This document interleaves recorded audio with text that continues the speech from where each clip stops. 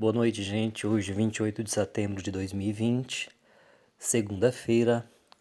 Todas as segundas-feiras nós temos aqui a postagem do nosso conteúdo de arte, ciências e também de história. Iniciemos aqui com o nosso conteúdo de arte. O texto, falando ainda sobre a arte urbana, né? É sobre o grafite no Brasil. Na última aula a gente viu um texto que falava sobre o que é o grafite, colocamos uma questão se a pichação pode ser considerada uma forma de arte, lembrando que pichação não tem nada a ver com grafite. Eu entendo que pichação não é arte, porque a pichação normalmente ela é feita com uma intenção de danificar algum tipo de patrimônio público.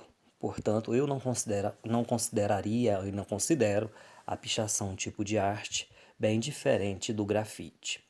Aqui o texto vai falar sobre uma técnica de grafite que é chamada de stencil.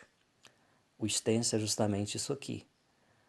Existe o molde, né, e o artista utiliza esse molde para aplicar o grafite, tá bom? Façam a leitura desse texto e respondam a questão que está proposta aqui no nosso material, que é o seguinte: em que consiste a técnica de grafite conhecida como stencil. Conteúdo de história dentro da Idade Moderna, né? Nós vamos falar do Renascimento. O Renascimento, que foi um período, um movimento relacionado às ciências, às artes, tá? Um movimento que envolveu muitas pessoas durante a Idade Moderna.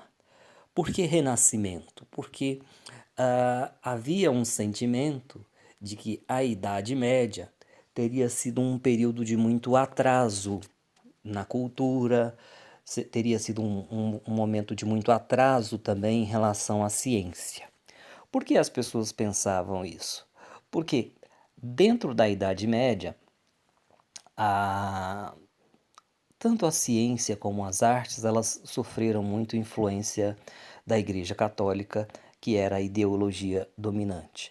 Então, para muitos renascentistas, essa Idade Média ficou conhecida como Idade das Trevas, porque nós não tivemos grandes avanços.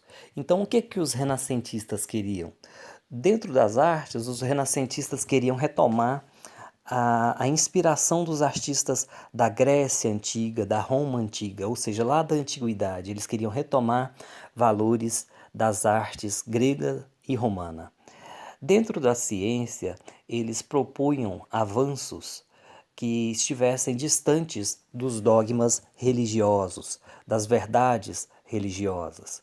Então, eles pregavam que a ciência ela deveria se afastar da religião, de valores religiosos, e ela deveria se basear mais na razão, no pensamento, na reflexão, na necessidade de experimentação, tá?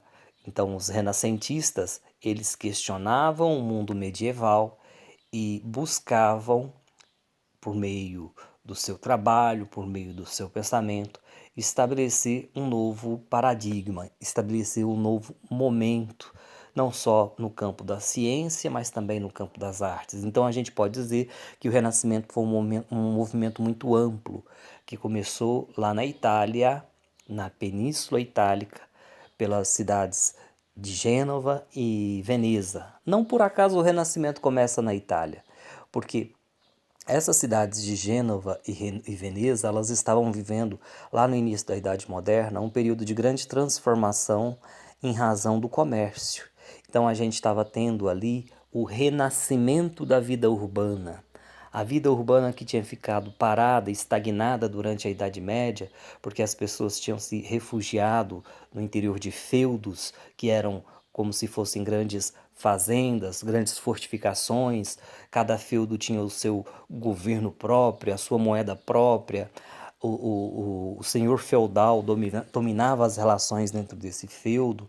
Então, o renascimento da vida urbana representou uma ruptura com esse sistema feudal, com esse sistema de feudos, porque as cidades que tinham diminuído de tamanho durante a Idade Média, com a Idade Moderna, com o fortalecimento do comércio, com o fortalecimento dessas rotas comerciais, as cidades elas vão renascer, as cidades elas vão se fortalecer.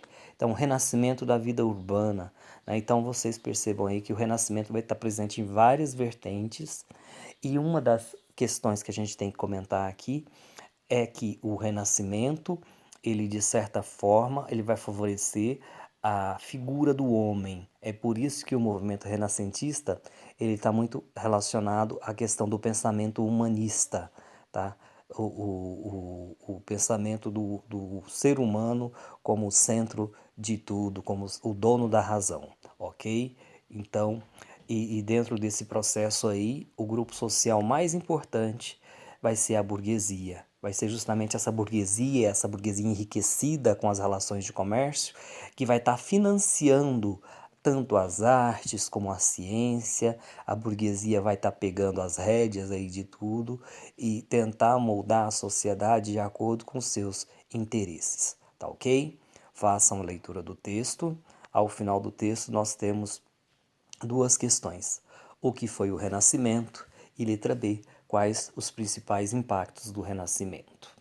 Não deixem de assistir a esse vídeo que está aqui, é um vídeo do YouTube que trata desse assunto e está no nível de vocês, tá bom? É uma aula de história destinada ao 7º ano, tá bom? Em ciências, nós vamos falar um pouco sobre a história dos combustíveis. Na última aula de ciências, a gente viu um pouco sobre a questão das máquinas térmicas, como essas máquinas térmicas se movimentavam. Não só se movimentavam, como também se movimentam, porque máquinas térmicas continuam a existir, né? Vocês viram lá as usinas termoelétricas, por exemplo, que existem hoje e que produzem energia elétrica a partir da queima do combustível fóssil, né?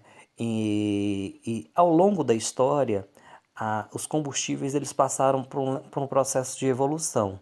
O primeiro combustível utilizado pelas sociedades foi, vocês viram lá nas máquinas térmicas, foi o carvão mineral. Tá? E ao longo da história, o homem foi buscando outras fontes de combustíveis para atender os seus interesses. Hoje, o principal combustível fóssil utilizado pelo homem é o petróleo, mas acredita-se que o petróleo não terá vida longa, né? Que a cada dia o homem já busca aí novas fontes alternativas de energia, até mesmo para movimentar veículos e máquinas, como por exemplo a energia solar. Hoje nós já temos carros híbridos que são movidos a energia solar, também a petróleo, a etanol, enfim, às vezes a gás natural, né? Então, às vezes um mesmo veículo ele tem 4 tipos de combustíveis, né? E a tendência é que o combustível fóssil, no caso o petróleo, ele venha a diminuir cada vez mais de tamanho, até mesmo porque os combustíveis fósseis eles têm um impacto muito grande no meio ambiente. Pensem o seguinte: cada carro que circula, cada caminhão, eles lançam todos os anos uma grande quantidade de poluentes. Então há uma necessidade, mesmo para o meio ambiente, que o homem busque novas fontes de energia. Então façam a leitura do texto e respondam por que o carvão mineral foi uma importante fonte de energia durante os séculos 18 e 19. Letra B, o que levou ao aumento do consumo de combustíveis fósseis ao longo do século 20 e o que são fontes de energias limpa. Não deixem de assistir o vídeo do YouTube. Eu vou encerrar por aqui porque o meu tempo de gravação no celular já está encerrando. Fiquem com Deus, boa noite. Se tiver alguma dúvida, podem me chamar no privado.